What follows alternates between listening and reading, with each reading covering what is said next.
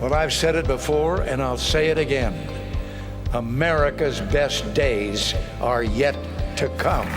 This is Reaganism, a podcast dedicated to exploring where the Reagan movement lives today. I'm Roger Zakheim, your host, director of the Ronald Reagan Institute in Washington, D.C.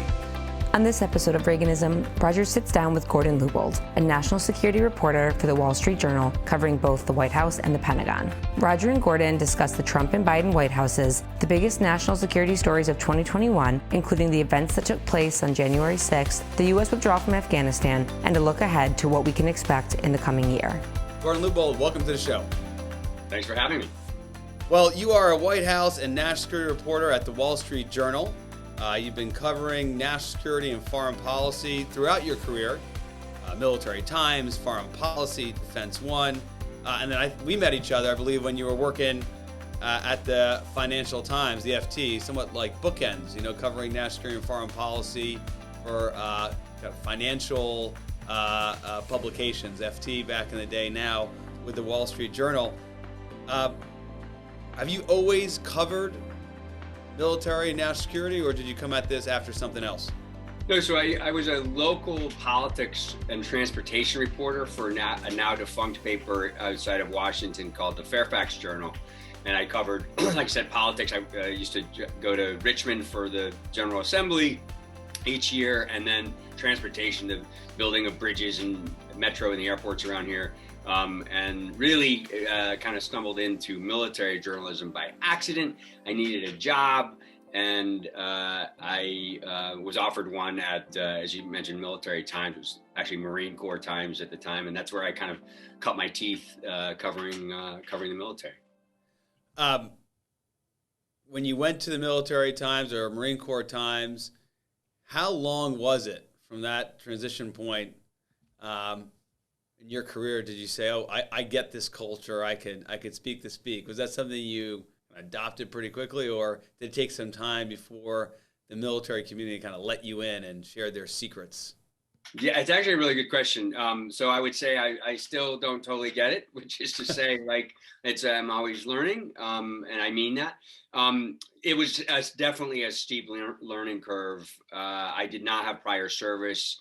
I don't come from a family that had military service directly. And so the learning curve was actually very steep. And Military Times, for those listeners who may know it, is kind of a trade publication for the military. So it's very, very for and about the military. And, learning their promotion system, their culture, what's important, what's not, it did take a long time. I was there about 6 years. I did feel like I had some credibility by the time I left, but it did take some time. It took some time. Well, you obviously figured it out, and you went on to cover the Pentagon and the national stories and military conflicts around the world in the years since. You have an interesting beat now, one that I think is pretty unique. You get to cover national security and defense issues, but you could do it, or you are doing it, from the White House too. Tell us a little bit about your current beat. Yeah, so I've been with the Wall Street Journal for about 6 or 7 years. The last couple years, I kind of straddle between the Pentagon and the White House. I had really a privilege to cover the last year of the Trump White House because it was just such a fascinating place to be from a national security standpoint and a political standpoint.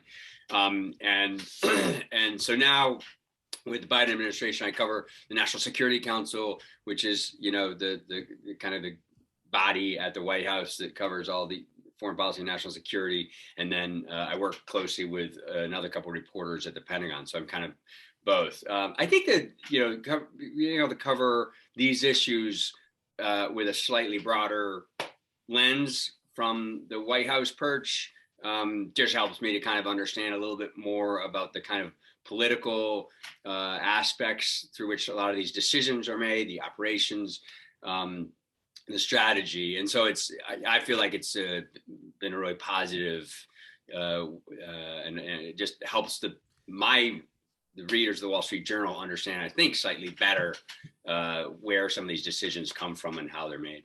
Interesting. We're going to talk about the end of 2021 and the stories that made 2021 here coming up against the end of the calendar year. But before we go there,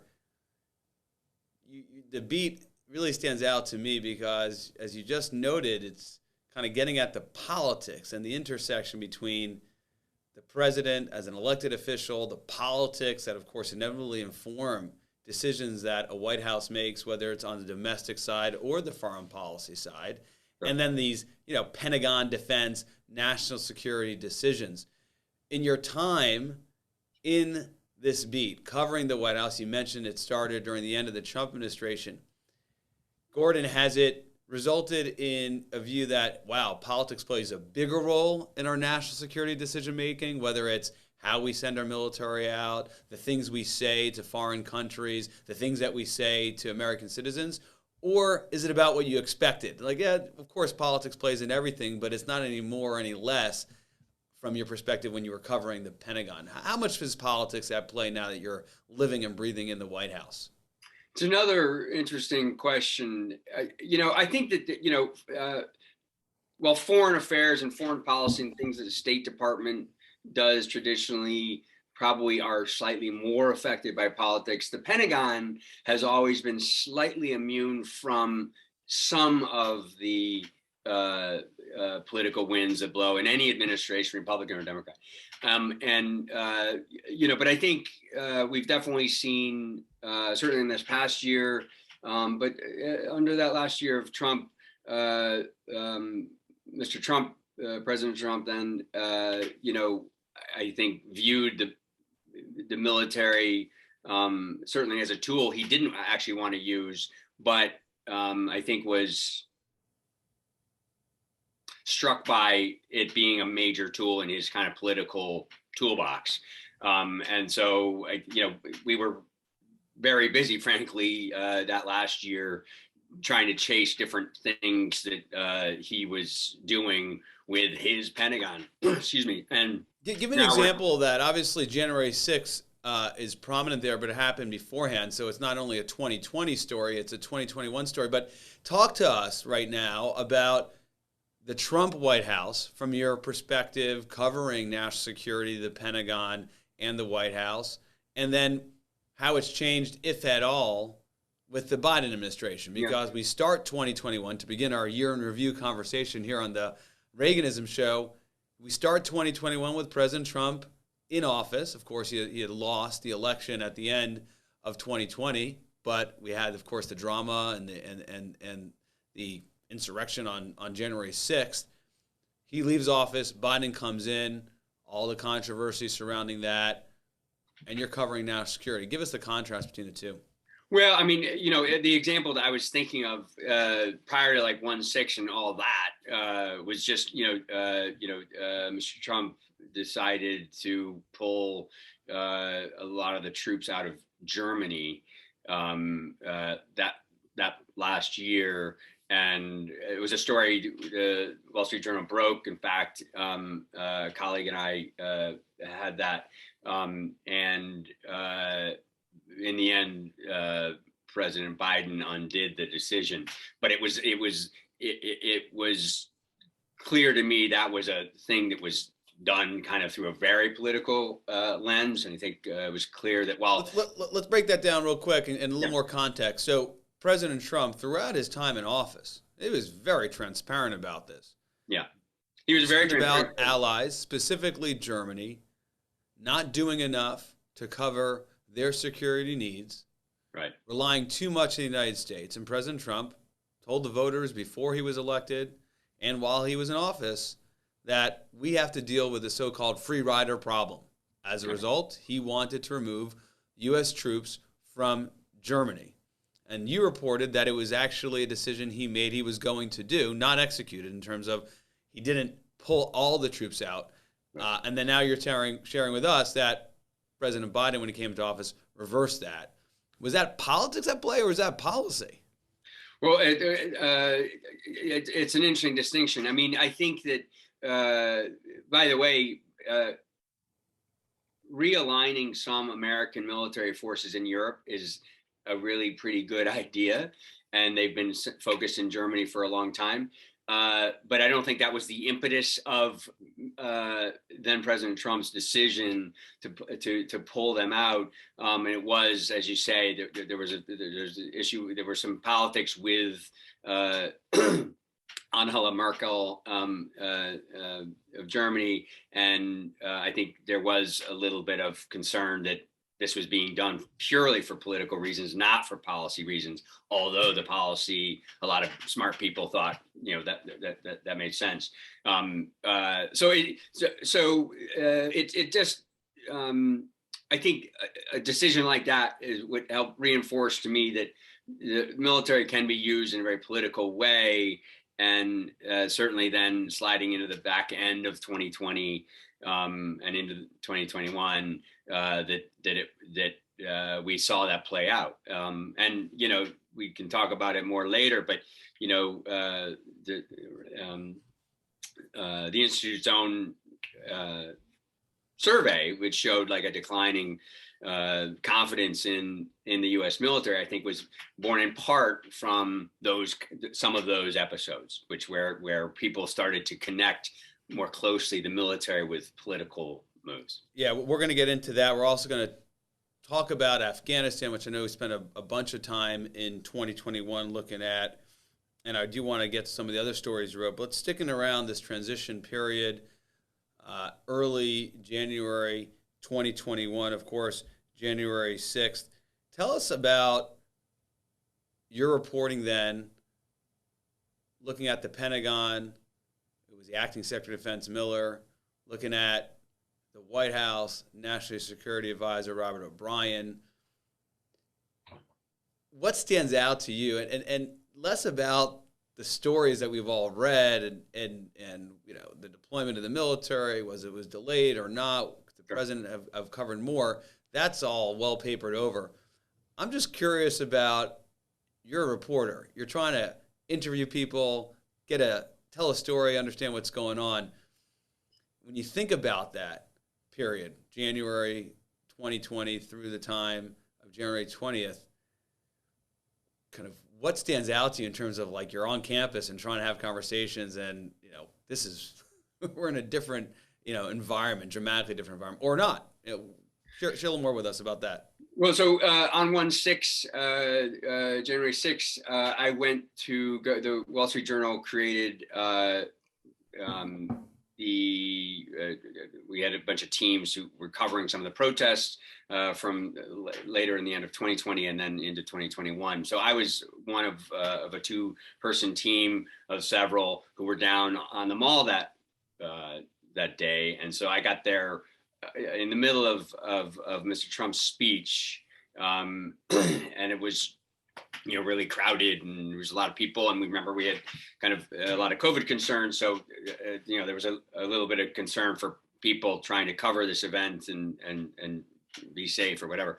Anyway, the speech ended, and people started to go from the National Mall, with those people who are not familiar with the way Washington's set up, and then the mall goes down to the U.S. Capitol at the other end of town.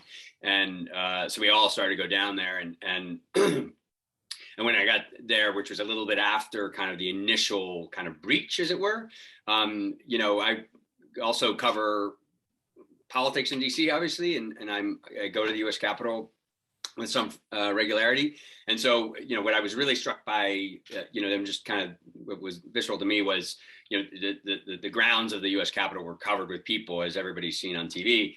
But for somebody who's like been in and out of the Capitol over many years, like I was struck by, there were people in places where you're not supposed to go. If you go, the Capitol Police yell at you. And so it was just it felt like something wasn't quite right. And so I will always remember, I was there, it was freezing cold.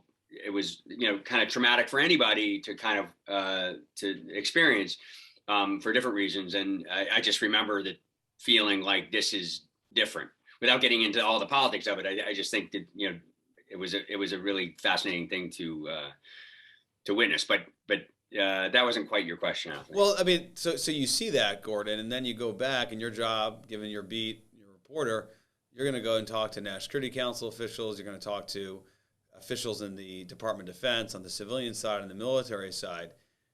Give us a sense of those conversations, just when you're talking to your sources. Confusion, clarity, clear sense of what was happening, or the chaos that was playing out in front of the Capitol, was that also playing out among the civilian and military leadership of government at the time? I mean, it's fair to say, within the military, people outside of the military, everybody was just kind of awestruck by what they were seeing and experiencing. So people did not have kind of the mental precedent in their head to kind of help explain. And we had a million questions that day and the days following, and it took a while for people to kind of just process what had happened. I'm not trying to kind of overstate anything and be melodramatic, but I mean, I just think it was hard to report in those days because there were a lot of questions, and the people who normally had answers to them weren't able to answer a lot of the questions, for some days. So it was just I was really glad as a reporter. I was really glad I was down there, but it made it all the harder to kind of report in the days afterward. Last question on this, and then we'll kind of zoom out a little bit. But was there any one person you spoke with, any one source or perhaps institution in those days, be it in the Department of Defense, the Office of Secretary of Defense, where the Secretary of Defense sits, or one of the military branches, the Army, or someone in the National Security Council, where you're like, okay, there is someone kind of minding the shop and making sure that we're trying to get some order out of this chaos? Anyone stand out to you? Yeah, I mean, there's one person, I probably wouldn't share who it was, but who was kind of in the middle of a lot of this, who, was trying to do his job, but like I said, kind of was really struck by, what had happened, and putting aside whether the military should have done one thing or another, or the White House should have done one thing or another. I think people felt, and this person in particular felt, that did the government and did the military kind of let the American people down? And so I remember just kind of the uncertainty in the person's voice when I was talking to them. There's a few days later where I just think that it was again kind of so shocking. I don't want to keep coming back to that, but I just think that it was hard for people who were in a position to maybe have an impact on what had happened or have prevented it or whatever, to kind of process it and then figure out how to move forward. Zooming out and looking at a story you wrote nearly a year after January 6th and the transition from the Trump administration to the Biden administration, you reported on the Reagan National Defense Survey. You mentioned that just a little while ago.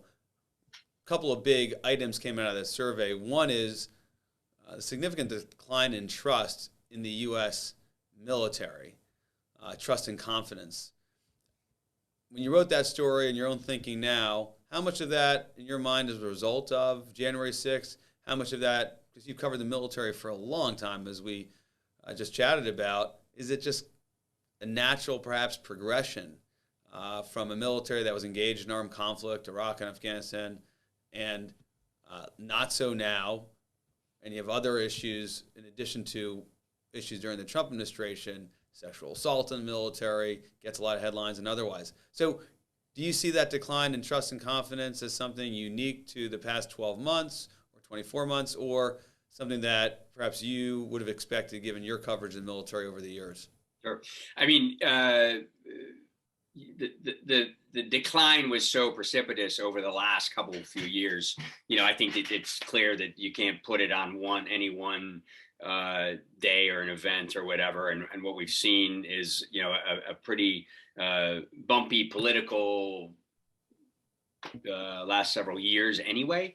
And for the reasons we talked about earlier, like, the military was kind of brought into some of that in a way that maybe they wouldn't have been it wouldn't normally have been.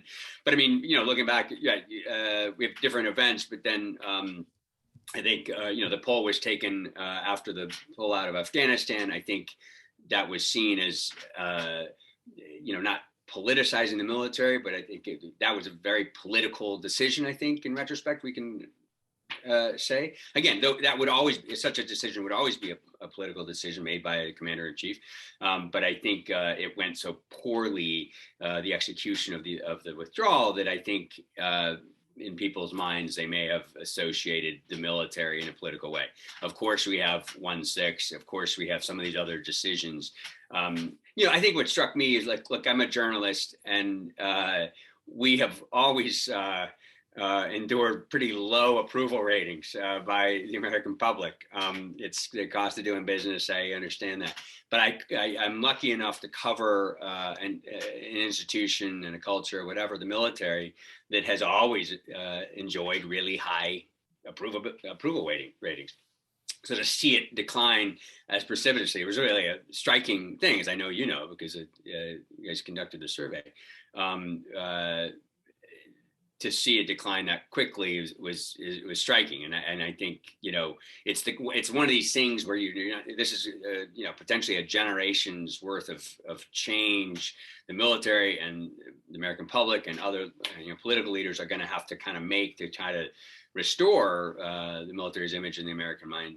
Yeah, well, we've been talking about that. Certainly, our program here at the Reagan Institute, and we'll certainly continue to cover that particular question with our annual survey. One other thing that came out of that survey, which you wrote about, and we're on the Wall Street Journal What's News podcast discussing it, was over this past year, you've seen this significant increase in the concern of the American people with China, the rise of China, the competition on the security side, military side, but the economic and political as well. And that's where I want to go to next. You've done a lot of reporting on this over the course of 2021. It's been a big story over 2021, the rise of China. One I want to highlight is a story you wrote in October where you covered, actually broke news, that the U.S. military has troops deployed in Taiwan. Taiwan, of course, is really the flashpoint on the minds of all those looking at the security situation vis-a-vis China, and the mindset of Xi and the Chinese Communist Party, People's Republic of China. They view Taiwan as part of their country, a historic part of their country. We have our one China policy where we've allowed for this level of ambiguity. But of course, Taiwan is a free, independent, democratic state, which the U.S. naturally wants to be behind and support their sovereignty. All this tension is mounting over the course, not just of 2021, but in the years prior. You break this story that we actually have troops on the ground forming a deterrent and helping train the Taiwan military. Tell us about that story and its significance, and perhaps the pushback and the atmospherics and why that was so significant. I tried to give a little bit of context there. Yeah, no, sure. I mean, it was for reporters, fun to have a scoop and fun to break news on something that kind of actually advances people's understanding of the state of play of whatever it is. That was a story that I had spent a little bit of time on. It was what another reporter friend of mine calls a one fact story, which was basically, here's a piece of news with one fact in it. I mean, the story was full of facts, but it was basically, hey. The new fact was you had Marines on the ground, right? Marines and some soldiers. And to be clear, these are advisors who are helping the Taiwanese military to prepare for whatever might happen. It's a very small group of 20, maybe a couple dozen advisors. It was interesting because it's not a classified fact, but it's a very politically sensitive fact. And so I got a tip about it. It wasn't really a tip. It was somebody just mentioned it in passing. I said, "Oh, that sounds interesting. I don't think I knew that." And proceeded to ask other people, and got a lot of kind of like no comment. We don't want to talk about it, but kind of got enough to where we could report it. Interesting. I didn't really get pushback. I think people in the military who I think generally want to be as transparent as they can be were kind of almost relieved to know that this was now out there officially. And we had, although there had been some speculation in the regional press in Taiwan and in the region there, nobody had written that U.S. officials were confirming that this was the case. But this was a change, of status. It's not like if you would have gone back to 2018 or 2019, you would have seen Marines on the ground or special operations soldiers on the ground training the Taiwanese military, correct? Yeah. I think that I've since learned that I think there have been some rotational forces going in and out of there over the years, but not as sizable, not as consistently present, and not at a time when it mattered as much. I mean, as listeners of this podcast may well know, there's concern that China could invade or invade Taiwan across the strait there, and this would be, a concerning turn of play for the U.S. because it would be confronted with what. Was there any reaction to the story from the U.S. military side, the civilian leadership in the Pentagon, the White House, Taiwan, or China that kind of got your attention, or was it all as expected? I mean, when you publish a sensitive story, a scoop like that, you're always looking for worries that somebody says that you've misstated something or you've done something wrong or you jeopardize national security, which is the typical thing.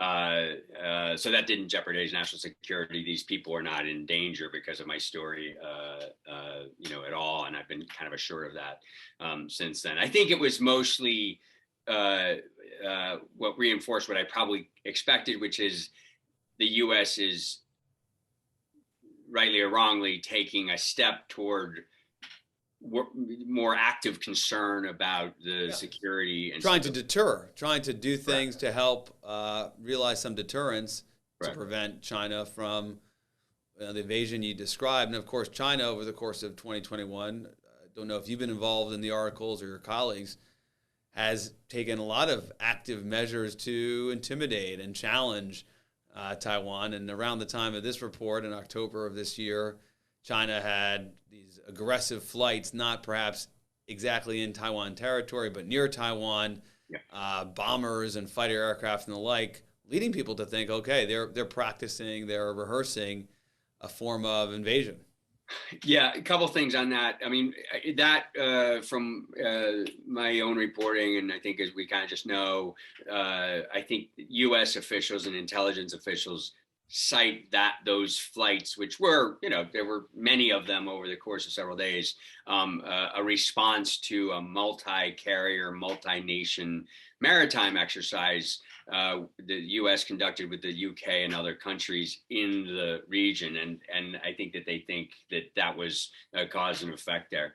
I mean, what I think is interesting about the survey and the results of the survey, which I still can't quite fully get my head around, is that it's interesting that a lot of Americans think that China poses a threat. I don't think, be candid, I don't think that U.S. government, the Biden administration, the Trump administration before that, has done a terribly good job of explaining the threat.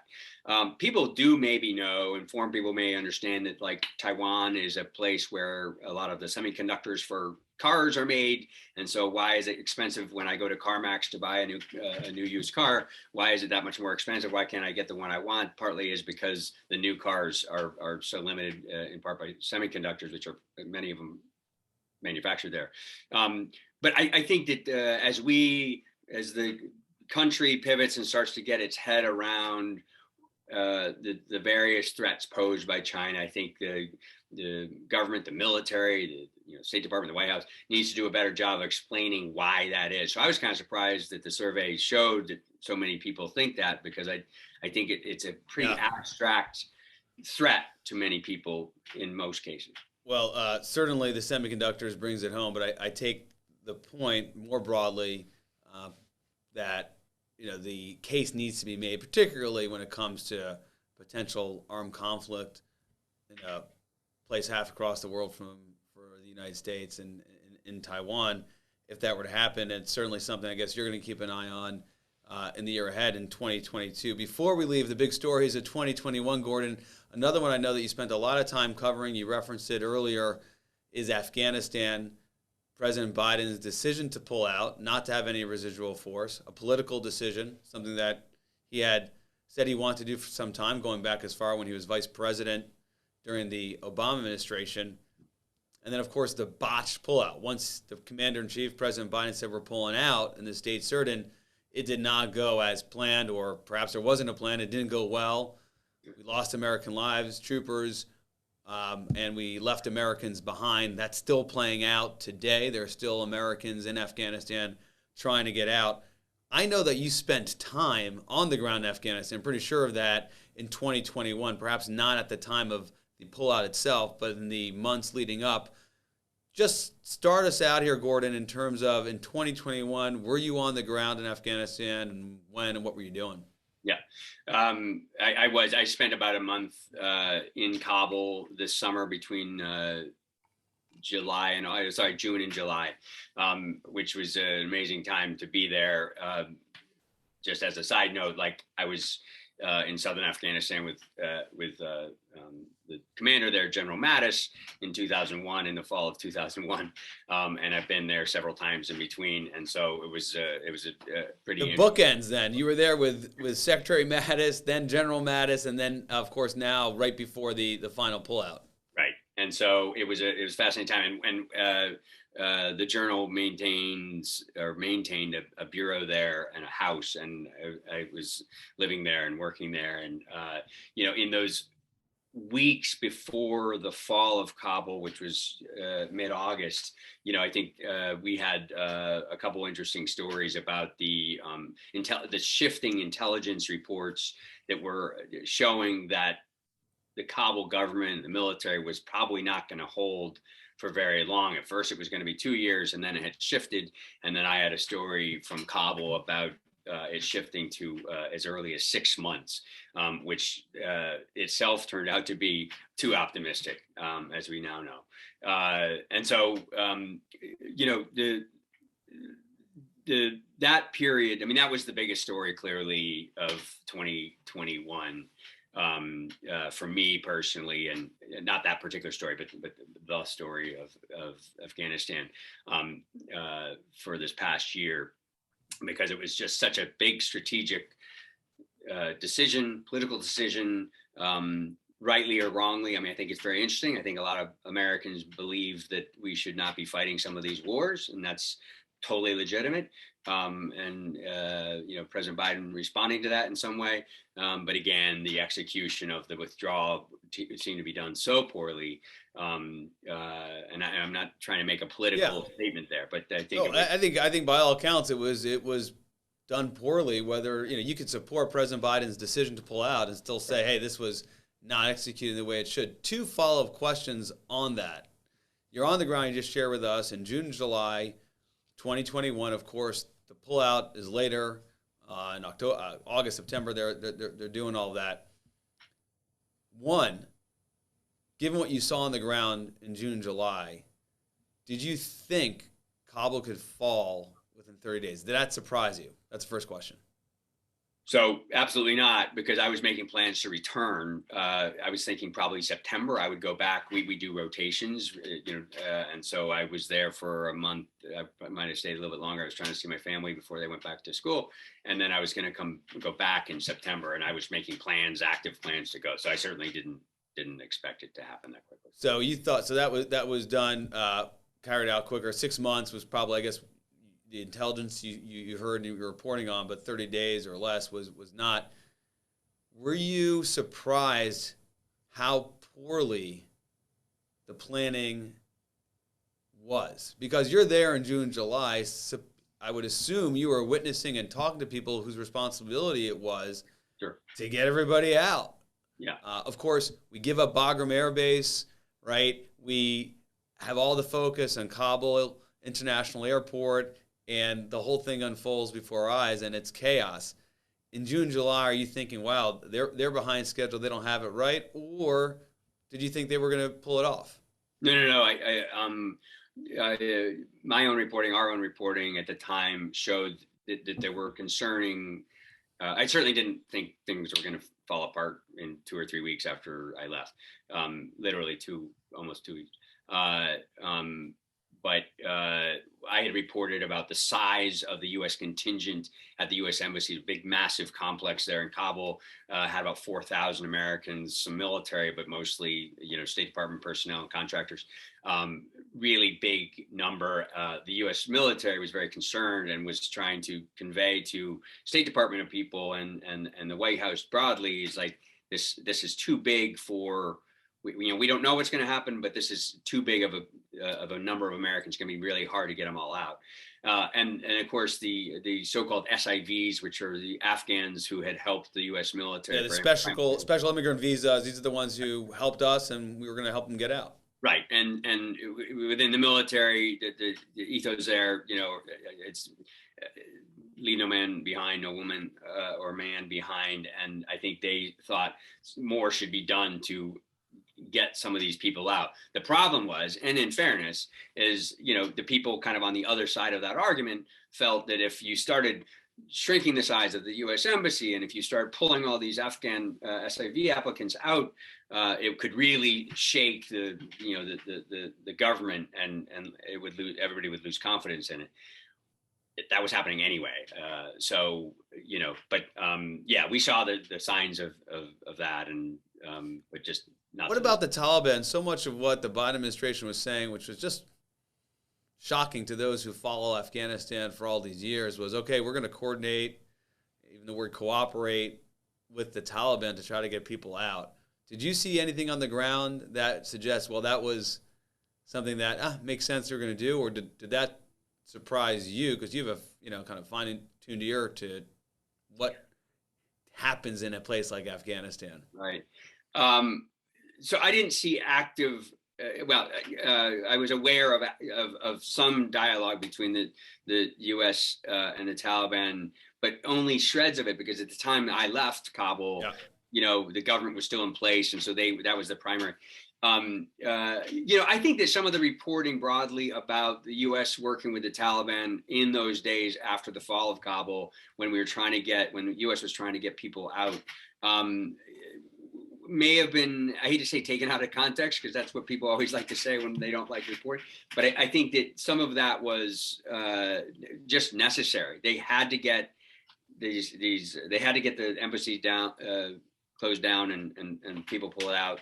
And the only way to do that was to do some coordination with the Taliban, which was, as you know, guarding the circles around that center core there. And so that kind of had to be done. If they hadn't done it and people died or were stuck or whatever, it would have been perhaps a worse outcome. You're saying you need to do it. Well, I want to look at to 2022 and get your take on what you think the story is going to be, what you're going to cover. That's a big part of probably the way you begin the new year. Where do I need to focus? We'll stick with Afghanistan. The question, Gordon Lubold of the Wall Street Journal, is, do you think Afghanistan will once again become a headline major story in 2022? One particular story that has emerged, I don't know how real it is that Bagram Air Base, that strategic base in Afghanistan that the United States left in the middle of the night, reporting is poor of any coordination with the Afghans, now is potentially something that another country might come in and operate. President Trump reported saying that it could go to China. So Afghanistan, is it going to matter in 2022? What are you hearing about this base in Afghanistan, Bagram? I think 100% yes, Afghanistan will be in the headlines in 2022. I just talked to somebody yesterday who was very informed and believes that. I think, they have said the administration, the military leaders, Defense Secretary Lloyd Austin, who spoke at the your forum recently, has said, Al-Qaeda could regroup and form a threat. As your listeners know, the Taliban is running Afghanistan, but the threat to the American homeland and to Western interests generally comes from Al-Qaeda, which tends to get safe harbor from the Taliban, which now control Afghanistan. And so there's no reason for any immediate, from what I understand, any immediate concern that Al-Qaeda is reconstituting itself to the point where it's going to stage anything like another 9/11, which probably is not in the cards right now anyway. But I do think that the people who are watching this, who are now, because part of what you just said about the Bagram Air Base, the U.S.'s capacity to see what's happening on the ground is very limited right now, by their own admission.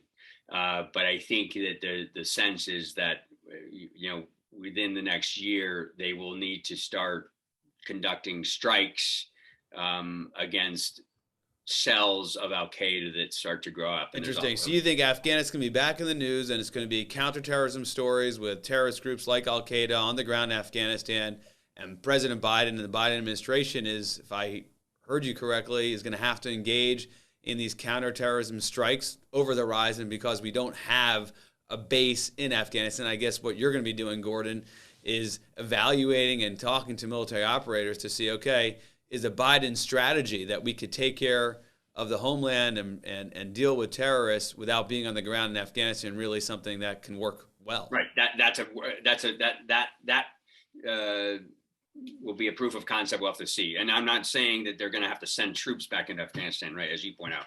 I'm just saying that I think strikes are likely at some point in 2022. Another question, 2022, perhaps you're going to be looking at Russia, Ukraine. We were just kind of chatting about this before we got on the show. Vladimir Putin has a couple 100,000 plus troops on the border of Ukraine. More or less, I see your head shaking there.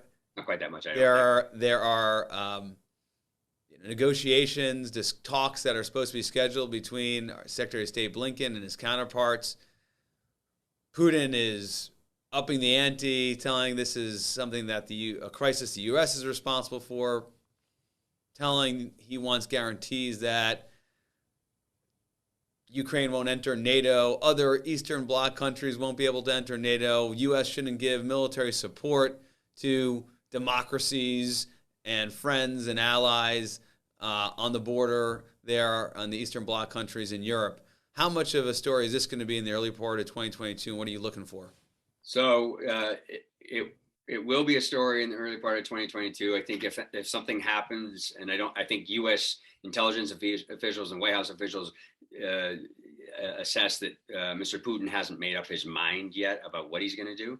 I think others think that it's a foregone conclusion that he may do something. I don't think it will necessarily. I don't think we're not expecting World War III to break out. The U.S. having just gone through this, departure we just talked about from Afghanistan, is trying to kind of pull back and not get overstretched in some of these places. The Biden administration has a big decision to make in coming weeks, to the extent to which it will continue to support or up its support for Ukraine to help it defend itself against any further Russian incursion. But I don't think that the Biden administration is willing to do too much that will drag it into a war, certainly with Russia. Does that invite Putin to actually invade, knowing that the U.S. is kind of self-limiting? So that's interesting, because I think that people from the region think that Putin responds to deterrence, and so if the Biden administration ups the amount of deterrence the Ukrainians have at their disposal, Putin may decide it's not in his best interest. I think the folks here in Washington tend to think that the deterrence, the arming, helicopters, missile defense, other weaponry actually does provoke Mr. Putin. So, and that's the debate that's kind of playing out right now. And so we'll kind of see. But the time is nigh. I mean, if they're going to do something, if the Biden administration wants to do something, they should probably do it pretty soon. So we've talked about 2022, Afghanistan, and the threat of terrorism. We've talked about just now Putin, Russia, potential invasion in Ukraine. We were just talking about Taiwan and what China might do. You're covering all this. In 2022, who's the most interesting player to you in the Biden administration? Is this something you just need to understand Joe Biden because he's driving this and he's the lead on this? Or are you thinking maybe it's, the people he relies on, his team? Is this, the year of Secretary of Defense Lloyd Austin because he has to manage these challenges for Biden out of the Pentagon? Or is it the National Security Advisor, Jake Sullivan? Who's a player in all this that you say, listen, to really predict and see what the Biden administration will or will not do across all of these challenges that you cover, this is the person I watch. If I know where that person is going, that's the best predictor of where the U.S. will be. Sure. I mean, I definitely think it's Jake Sullivan at the National Security Council at the White House. He's the primary advisor to the president on all these things.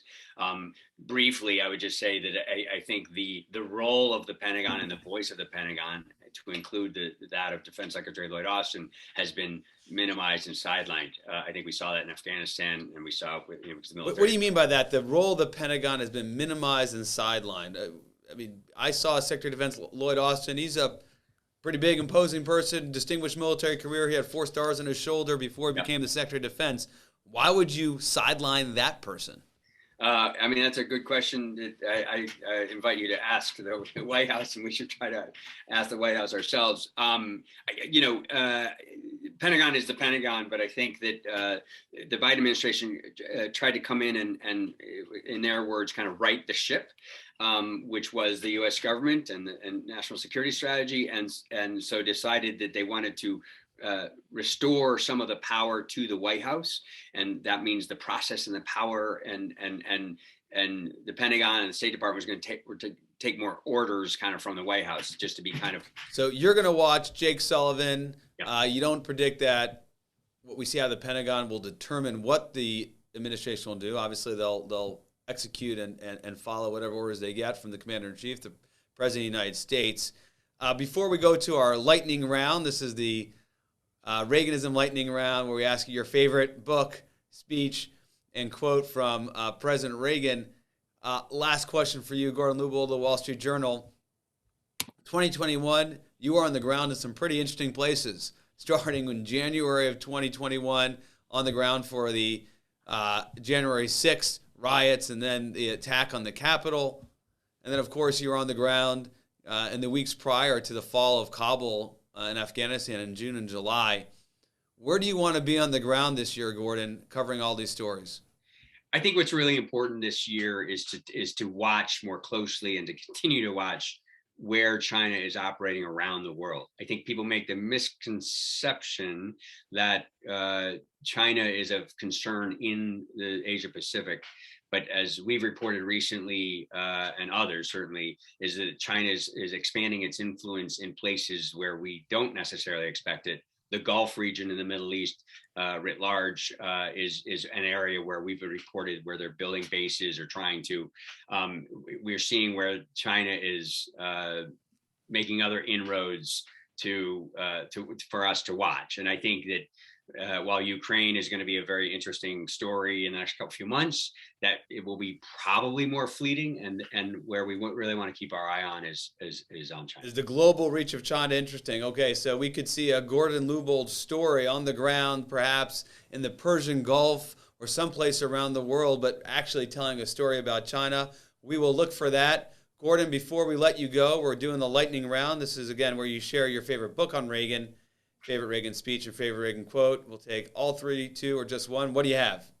I've got one, which, my father was a political independent, but he probably leaned Republican a little bit. He had on his desk the Reagan quote, and I hope I'm not screwing it up. There is no limit to the amount of good you can do if you don't care who gets the credit. Excuse me. And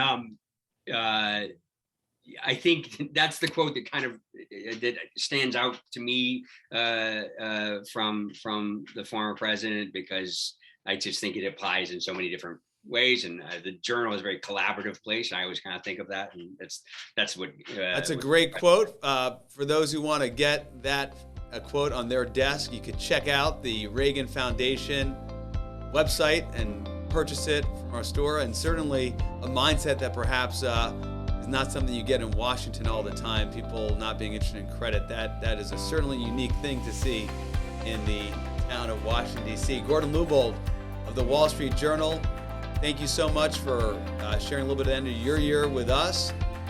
We enjoyed the conversation. Wishing you a great 2022. Thanks for having me. We hope you enjoyed this episode of Reaganism. New episodes premiere weekly every Monday on YouTube and on all podcast streaming platforms. If you like this episode, be sure to let us know and share with a friend.